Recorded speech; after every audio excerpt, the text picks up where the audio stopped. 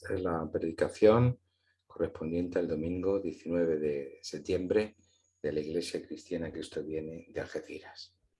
Esta mañana vamos a leer el pasaje de Génesis, capítulo 22, versículos 1 al 14, que dice de esta manera: Aconteció después de estas cosas que Dios probó a Abraham. Le dijo a Abraham, este respondió: aquí estoy.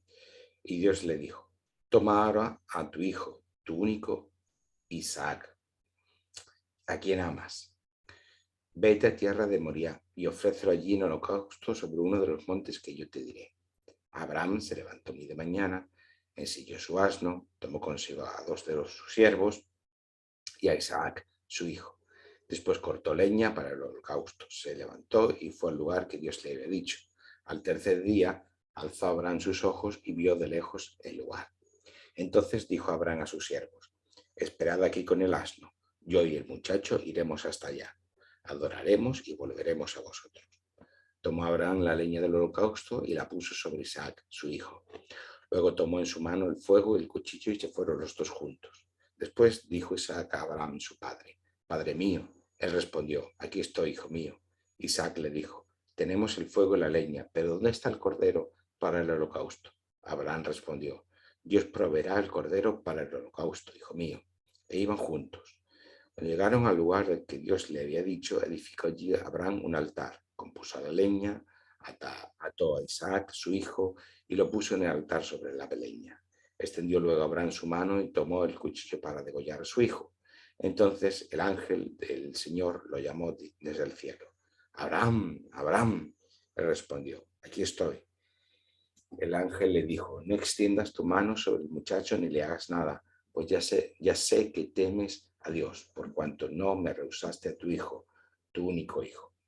Entonces alzó Abraham sus ojos y vio a sus espaldas un carnero trabado por los cuernos en un zarzal. Fue Abraham, tomó el carnero y lo ofreció en holocausto en lugar de su hijo.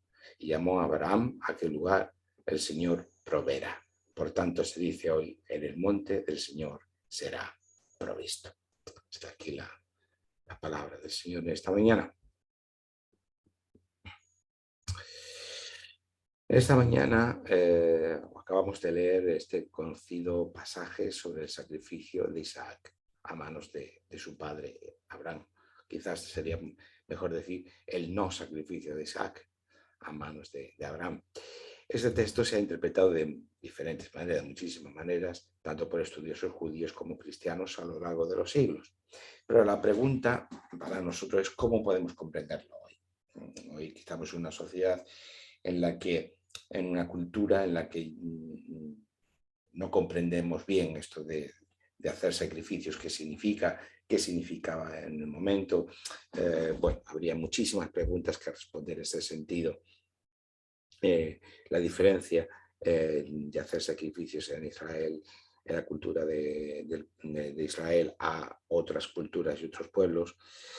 En fin, como digo, esto podría llevarnos muy lejos. Pero no estamos entonces en una situación fácil para comprender el significado que tiene un relato como este para nosotros. Pero para ayudarnos hacemos otra pregunta. ¿Qué significado tiene un relato como este dentro de la gran narración de salvación de la Biblia? Porque algo que defendemos aquí es que no se deben de intentar los pasajes, los textos aisladamente, ni tan siquiera los versículos de forma aislada, sino dentro de la secuencia narrativa que proporciona todo lo que es la Biblia en su conjunto, leído en su conjunto, lo que llamamos el canon de todos los libros que compone la Biblia. Por lo tanto, defendemos una lectura narrativa que lee la Biblia de principio a fin, dentro de su trama narrativa, canónica, considerando el conjunto del canon, no los textos de forma aislada, y también eclesial, es decir, que el acto de lectura e interpretación está a cargo de la práctica de toda la Iglesia y no solo del individuo de forma aislada. Por lo tanto, ¿Qué significa Génesis 22 dentro de la trama narrativa mayor que conforma la Biblia en su conjunto? Vamos a ver muy brevemente lo que le antecede a este texto, ¿no? En los primeros 11 capítulos del libro de Génesis se nos narra, como ya vimos la semana pasada, en primer lugar la creación, y después tenemos dos relatos fundamentales. Hay otros relatos, por supuesto, pero dos relatos fundamentales en estos 11 capítulos primeros de Génesis. Por un lado está Edén y por otro lado está Babel. Ambos textos nos hablan del deseo de autodivinización del ser humano, ya sea como individuo o como sociedad. Pero además, en estos capítulos se nos cuenta la emergencia del poder del pecado y del poder de la muerte en la creación de Dios. Los seres humanos creados a imagen y semejanza de Dios fracasan en la vocación recibida de Dios de ser reflejo de dicha imagen y semejanza. Pero al mismo tiempo emergen dos poderes dentro de la creación buena de Dios. Uno es el poder del pecado y otro es el poder de la muerte. Quizás pueda resultar extraño hablar de muerte y pecado como dos poderes, pero es la manera en que lo hace la propia Biblia, en su mayor parte. Cuando hablamos del poder del pecado y del poder de la muerte, lo hacemos así, porque la Biblia nos los transmite. Alguien podrá pensar que es una forma abstracta de referirnos al pecado o a la muerte, porque nuestra cultura contemporánea hemos subjetivado tanto el pecado como la muerte, y por lo tanto hablamos siempre de mis pecados asociados normalmente a los fallos morales, pero eso es una manera muy contemporánea y muy limitada de entender el pecado. En la Biblia, en su mayor parte, el pecado es un poder que domina, que subyuga al ser humano y que está presente en el mundo. Por el propio Pablo, por ejemplo, por poner un ejemplo de muchos que podríamos poner, habla en Romanos 8:2, capítulo 8, versículo 2, de la ley del pecado y de la ley de la muerte. El pecado y la muerte se convierten en un nomos, en una configuración que forma parte de la realidad del mundo. Por supuesto que el poder del pecado y el poder de la muerte, cuando son actualizados por mi acción, se convierte en mi pecado y en mi muerte. Pero es una manera de enfatizar, hablar del poder del pecado y el poder de la muerte, que no todo depende de lo que yo hago. Que independientemente de mi acción, de mi pecado y de mi muerte, hay unas realidades presentes en el mundo que escapan a nuestro control, nuestra voluntad y nuestra acción. Igual que entendemos que la sociedad no es la suma de individuos, que la iglesia no es la suma de creyentes, el pecado tampoco es la suma de pecados individuales. Es esto, pero mucho más allá.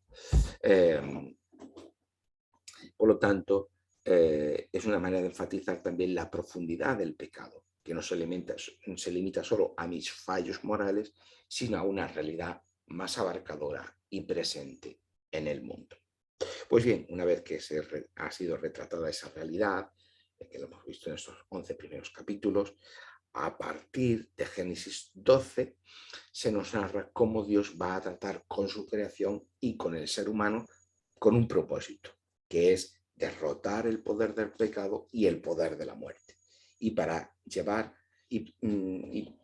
para derrotar estos poderes y para llevar a su creación a una transformación, a una renovación definitiva, a lo que llama la Biblia los nuevos cielos y la nueva tierra. Es decir, una realidad con unas condiciones de existencia distintas.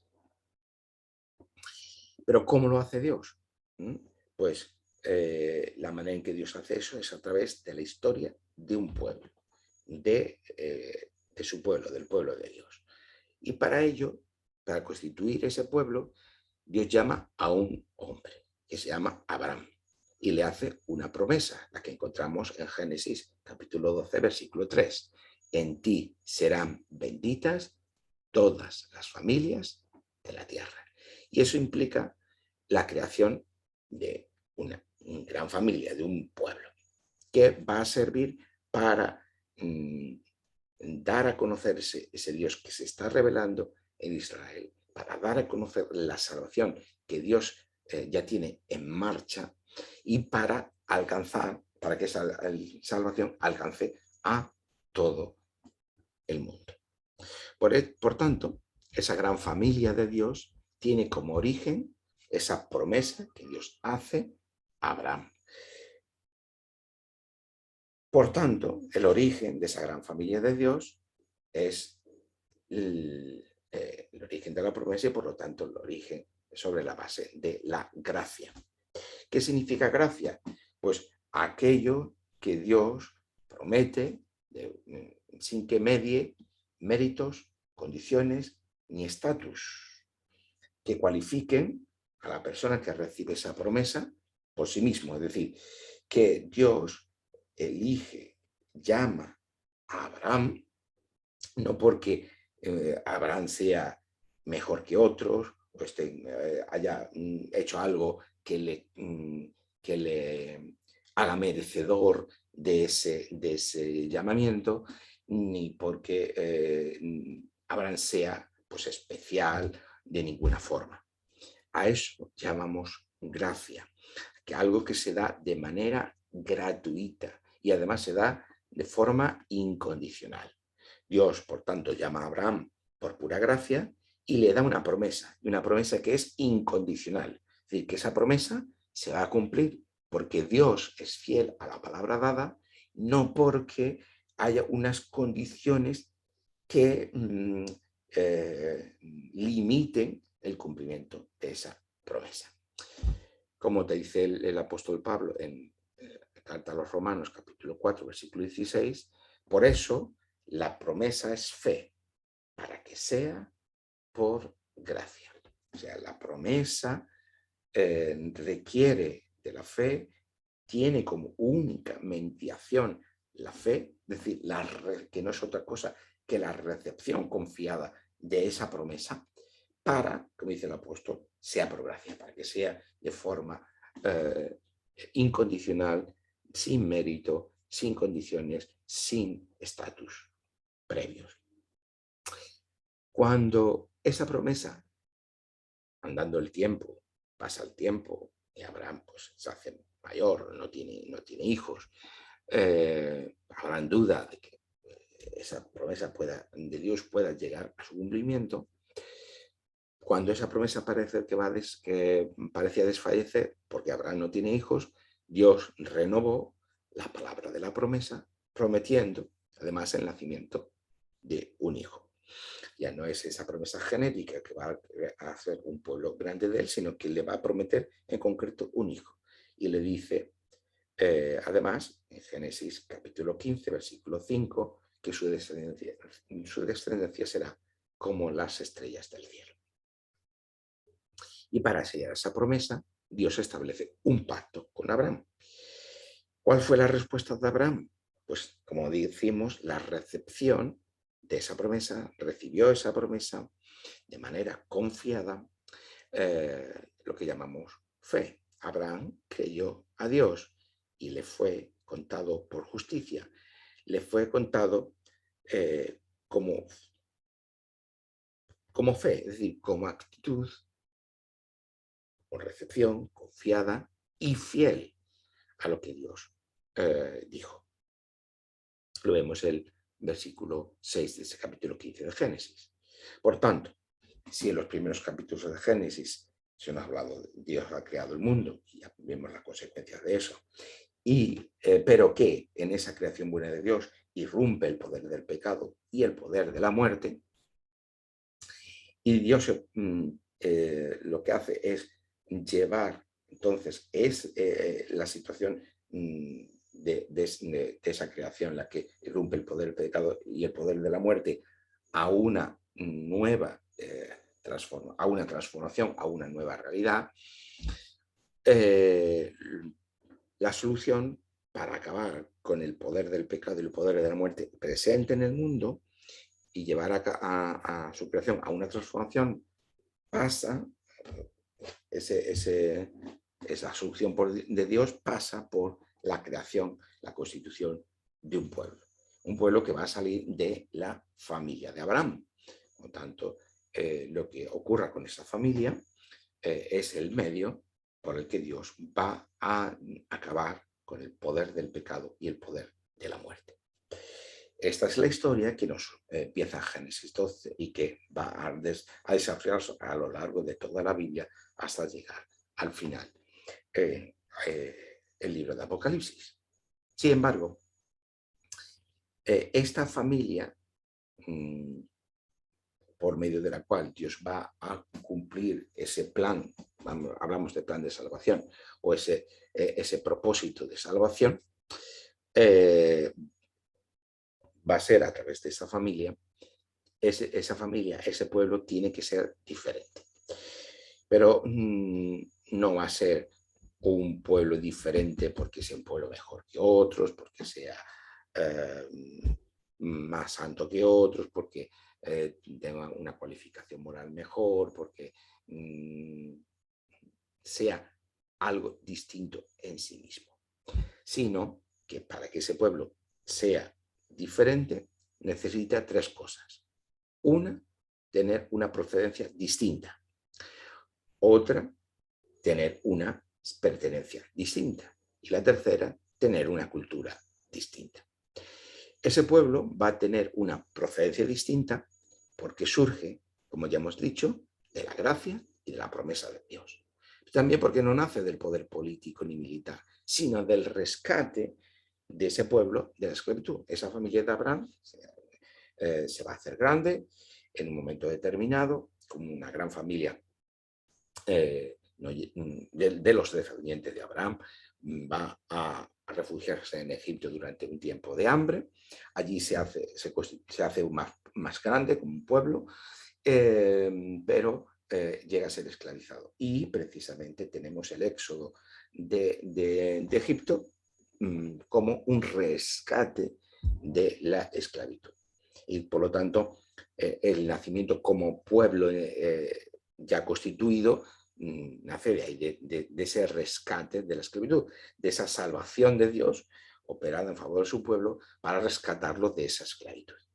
Por lo tanto, ya en sí mismo este es un pueblo diferente porque tiene una procedencia distinta, pero tiene una pertenencia también distinta porque lo que determina participar en dicho pueblo no es un rasgo étnico como sería la circuncisión. La circuncisión acabó convirtiéndose en el pueblo de Israel no una señal de ese pacto de Dios con su pueblo, que es como originalmente estaba concebido, sino como en un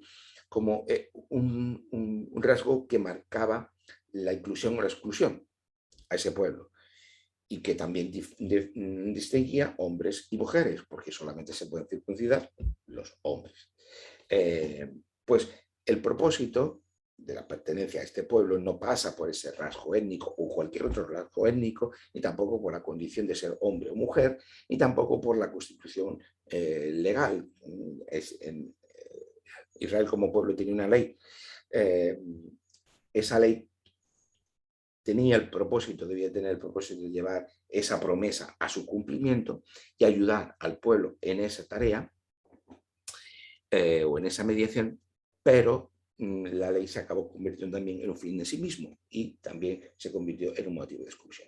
Pero, en principio, el propósito es que este pueblo no estuviera constituido por ninguno de esos rasgos, sino solo por la fuerza de la promesa y de la fe.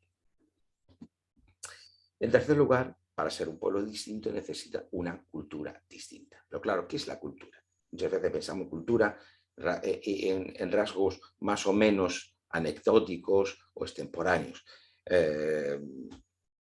Pero la cultura no es esto. La cultura es el conjunto de patrones de pensamiento y de comportamiento que se aprende y se transmite en sociedad.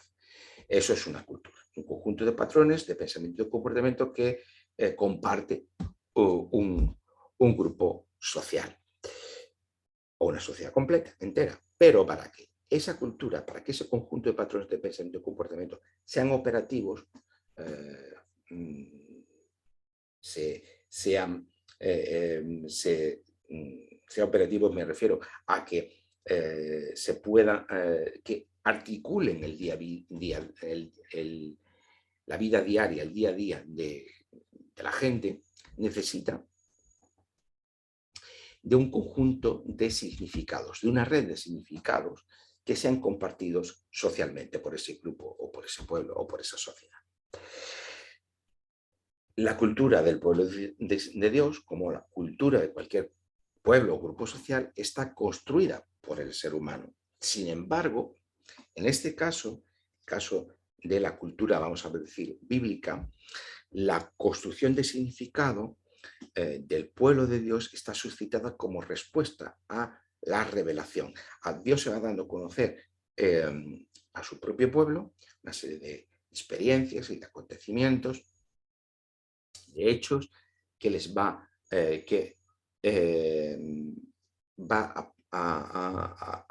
que les va a dar a conocer a su propio pueblo, pero esas experiencias, esos acontecimientos son recibidos por medio de la construcción social y cultural de ese pueblo.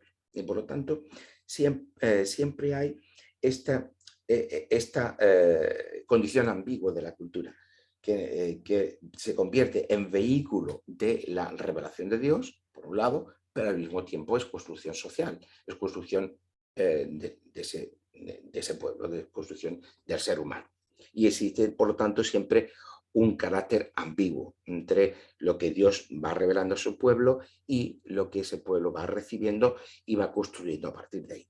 Eso supone que la cultura del pueblo de Dios no es meramente tal cual reflejo de la voluntad de Dios, eso es muy importante, no porque algo sea hecho o dicho o creído o pensado por el pueblo de Dios, es necesariamente reflejo de la voluntad de Dios y del propósito salvador de Dios, sino que requiere esa cultura de un proceso de depuración mediante la progresiva revelación de Dios.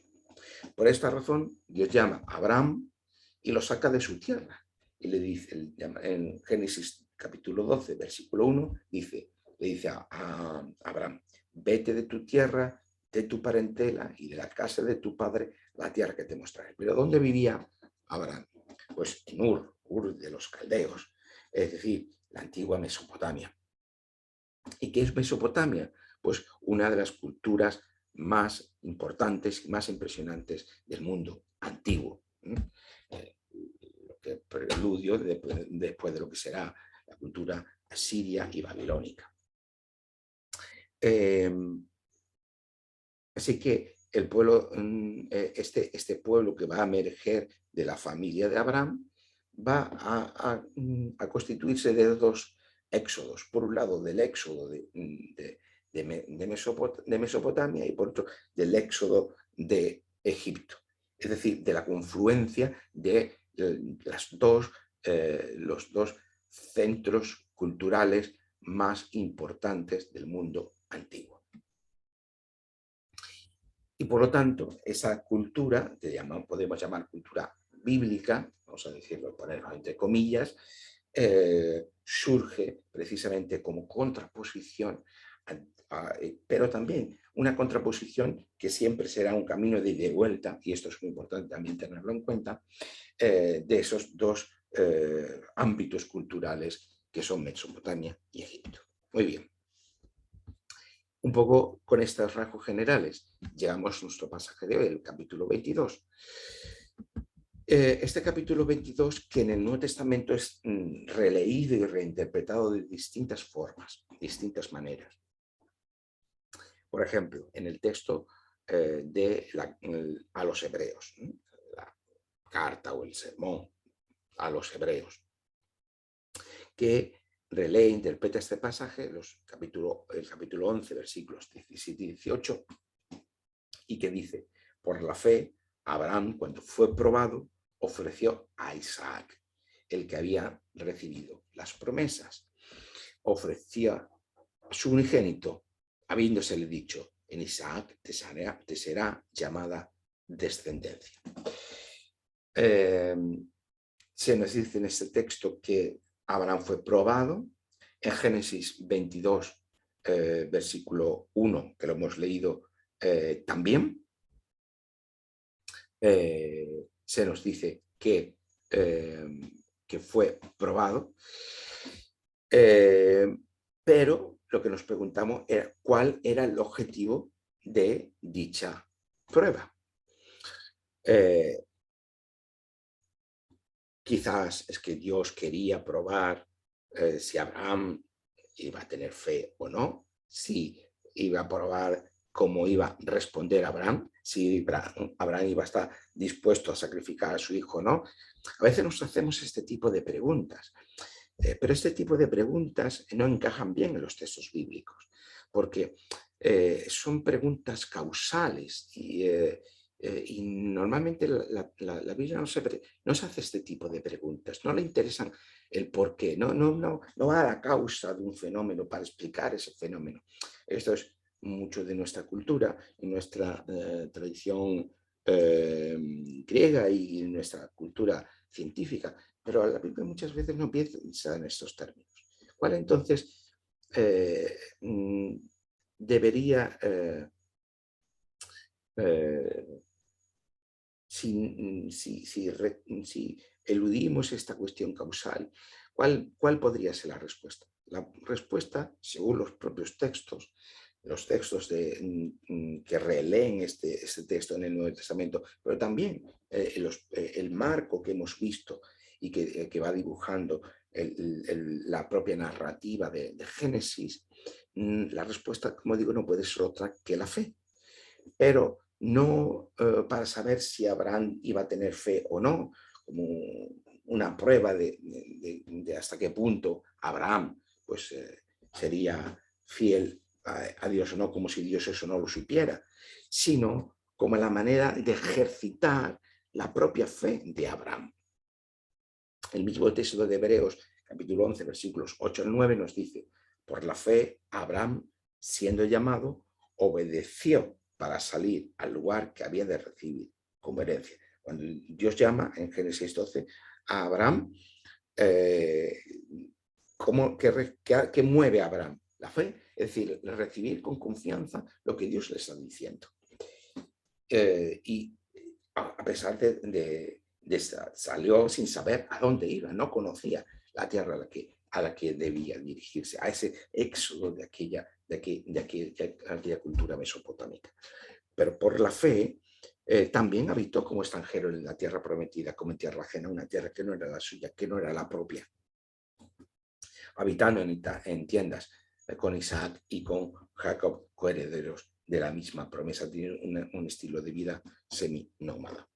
Siempre el motor constante, la escuela constante para Abraham es la fe. Leemos todos los capítulos, desde el 12 hasta el 22, y más allá, veremos cómo constantemente Abraham está siendo ejercitado en la fe, o muchas veces en la falta de fe o la debilidad de ella, ¿no? Todo su camino vital de Abraham está jalonado por la fe, por la debilidad de ella.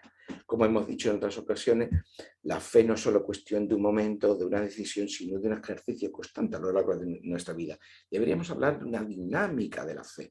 La fe tiene una dinámica, un constante desarrollo, un debilitamiento, un oscurecimiento también puede ocurrir. Por lo tanto, tenemos que ver la fe de esta forma dinámica. Pero ¿por qué era importante ese ejercicio de la fe en Abraham? Pues nos lo explica el propio Pablo en Gálatas capítulo 3, versículo 6 al 9, una de las cartas que escribe Pablo. Así, Abraham creyó a Dios y le fue contado por justicia. Está tomando las palabras de Génesis. Sabed, por tanto, que los que tienen fe, estos son hijos de Abraham, no los que se han circuncidado, no los que cumplen, los que tienen la ley, no los que son judíos de etnia, de contexto étnico, religioso, político, sociogeográfico, no, sino los que tienen fe. Estos son los hijos de Abraham, los descendientes de Abraham, los pertenecientes a la familia de Abraham, los pertenecientes al pueblo de Dios, en definitiva. Y sigue diciendo Pablo, y la escritura previendo que Dios había de justificar por la fe a los gentiles, igual que a los judíos, es decir, que los gentiles iban a ser partícipes también del pueblo de Dios, dio de antemano la buena nueva a Abraham, diciendo, en ti serán benditas todas las naciones. Esta promesa hecha a Abraham se cumple en la incorporación de todos los pueblos, de todos los que también no son judíos, dentro del único pueblo de Dios. De modo que los que tienen fe son bendecidos con el creyente Abraham. Eso es lo que está diciendo Pablo. Por tanto, la fe es la que determina la pertenencia al pueblo de Dios. Por lo tanto, Abraham necesita ser ejercitado en ese camino de la fe, porque la pertenencia al pueblo de Dios es por medio de la fe. Todos, gentiles y judíos, somos declarados justos y pertenecientes al pueblo de Dios por medio de la fe. Incluso los no judíos podemos pertenecer al pueblo de Dios por medio de la fe. Abraham, quien recibe en primer lugar la promesa, es sometido a esta escuela de la fe. Pero además, este no sacrificio de Isaac nos habla de quién es este Dios que se está revelando en esta experiencia. Abraham, aunque está dispuesto a sacrificar a su hijo, en su interior, nos dice el texto, espera una mejor provisión por parte de Dios. A la pregunta de su hijo, ¿dónde está el animal para sacrificar? Abraham responde, Dios proveerá el cordero para el holocausto, hijo mío. Este es el versículo 8 del capítulo 22 que hemos leído al principio. Pero también, como digo, este texto es reinterpretado por el Nuevo Testamento, por ejemplo, por Pablo en Romanos capítulo 4, versículo 17, que está hablando de Abraham y dice, y lo es delante de Dios, a quien creyó, Abraham creyó a Dios, y de este Dios dice, el cual da vida a los muertos y llama a las cosas que no son como si fueran. Y en Hebreos capítulo 11, versículo 19, dice, porque pensaban, hablando de Abraham, que Dios es poderoso, de Hebreos nos está diciendo, estaba dispuesto a sacrificar a su hijo porque pensaba que Dios es poderoso para levantar aún de entre los muertos, de donde en sentido figurado, porque claro, no llegó a morir Isaac, también lo volvió a recibir, es decir, que ese acto una vez que ató a su hijo para hacer el sacrificio y después lo desata y lo vuelve a recibir, lo interpreta el texto de Hebreos como recibirlo de la muerte. Claro, teniendo en cuenta que está releyendo este texto a partir de lo que ha ocurrido con Jesús en la cruz, interpretado a su vez ese hecho como un sacrificio. Y por lo tanto establece una unión interpretativa entre lo que ocurre con Isaac y lo que ocurrió después con Jesús en la cruz. Pero lo que nos están enseñando los textos es a leer el texto de Génesis 22 desde la gramática profunda de la fe. Igual que los idiomas tienen una gramática que configuran o que explican, mejor dicho, cómo funciona ese idioma, y para poder hablar ese idioma como un idioma aprendido en el que no hemos sido socializados, pues debemos aprender esa gramática. Igualmente, la fe tiene una gramática.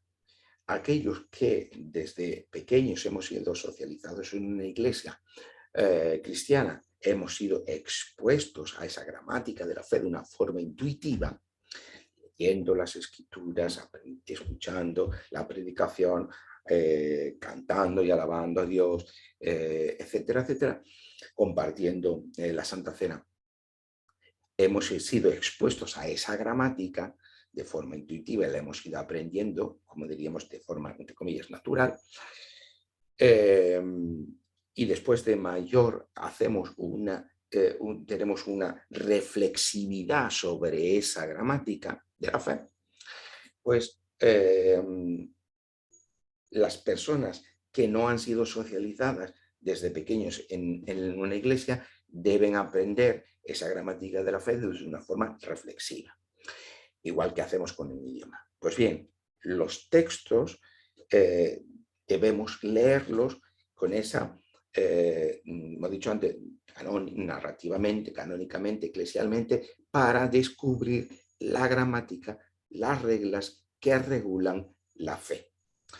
Y por lo tanto, muchas veces es un poco innecesario esas preguntas causales o meramente historicistas. ¿Qué pasó aquí? ¿Qué ocurrió esto? ¿No ocurrió? ¿Qué propósito tenía Dios hacer esto? ¿Cómo hizo esto Abraham? ¿Cómo hizo aquello Abraham? Lo otro, ¿por qué hizo esto? ¿Por qué no lo hizo? Este tipo de preguntas ocultan muchas veces el sentido profundo del texto, porque no estamos entendiendo la gramática del texto. Estos textos que hemos leído del Nuevo Testamento nos enseñan a leer esa gramática profunda del texto, ¿cuál es? Aquello que nos están transmitiendo, el texto nos está transmitiendo algo sobre Dios, ese Dios que se está revelando en esta experiencia. ¿Y cuál es? Que el Dios bíblico es el Dios de la vida y no de la muerte. No es el Dios que exige sacrificios humanos, no es el Dios que instrumentaliza la muerte. Por el contrario, el Dios bíblico es el Dios de la vida, el Dios que es creador y dador de vida, que llama, como dice Hebreos, a las personas que no son como si fueran y que levanta de entre los muertos. Y por eso están prefigurando estos textos. Es decir, el Nuevo Testamento nos está enseñando a leer este texto como una prefiguración de lo que va a ocurrir después en el caso de Jesús y de su propia resurrección. Pero sobre todo lo que nos interesa es entender la gramática de la fe que nos está enseñando estos textos. ¿Y cuál es? Pues que el Dios bíblico es el Dios de la vida y no de la muerte, y que no instrumentaliza ni a los seres humanos ni la muerte humana. Y aquí hay un cambio cultural fundamental, el que la vida humana, creada a imagen y semejanza de Dios, adquiere un valor inalienable porque la vida humana, como vemos en este texto de Génesis 22, no puede ser nunca instrumentalizada, ni tan siquiera para servir de adoración o de servicio a Dios. La muerte es objeto de superación. Y como he dicho antes, el propósito salvador de Dios es acabar con el poder del pecado y con el poder de la muerte. Por lo tanto, la muerte no puede ser objeto de instrumentalización. Y eso es algo muy importante, cuyo alcance muchas veces no hemos sido capaces de comprender a lo largo de nuestra historia en muchas ocasiones. Por lo tanto, en este pasaje prevemos precisamente cómo va a ser derrotado el poder del pecado y el poder de la muerte, con esa superación de la propia muerte a través de la resurrección de Cristo. Pero esto tendremos que esperar mucho más adelante a lo largo de la narrativa bíblica para poder descubrir. Estoy haciendo un poco de spoiler, pero para que mantengamos siempre el cuadro general completo, que es el marco interpretativo de los propios textos. En la Biblia se va desplegando poco a poco cómo Dios va tratando a través de su único pueblo Israel y de su único pueblo Israel y la Iglesia, cómo Dios va tratando a través de este único pueblo con el poder del pecado y con el poder de la muerte hasta su derrota. Una derrota en el sacrificio de Jesús en la cruz y una consumación de esa derrota en la nueva creación. Pero Tanto la historia como la cultura son ambiguas, como ya hemos dicho anteriormente, y ninguna de ellas son capaces de reflejar en su totalidad la voluntad y la acción de Dios. Y por eso requieren de tiempo para ser redimidas, de tiempo para ser redirigidas, de tiempo para poder, para que pueda haber un proceso de depuración de ese componente constructivo del ser humano, es decir, que de esa, como el ser humano participa de ese proceso mismo necesita de un proceso de depuración, de redención, si queremos decirlo de esa manera. Bien, lo dejamos aquí y terminamos con las palabras del apóstol Pablo sobre Abraham en Romanos 4, versículos 18 y 25. Abraham creyó en esperanza contra esperanza, cuando ya en términos humanos ya prácticamente no había posibilidades de que aquella promesa se cumpliera.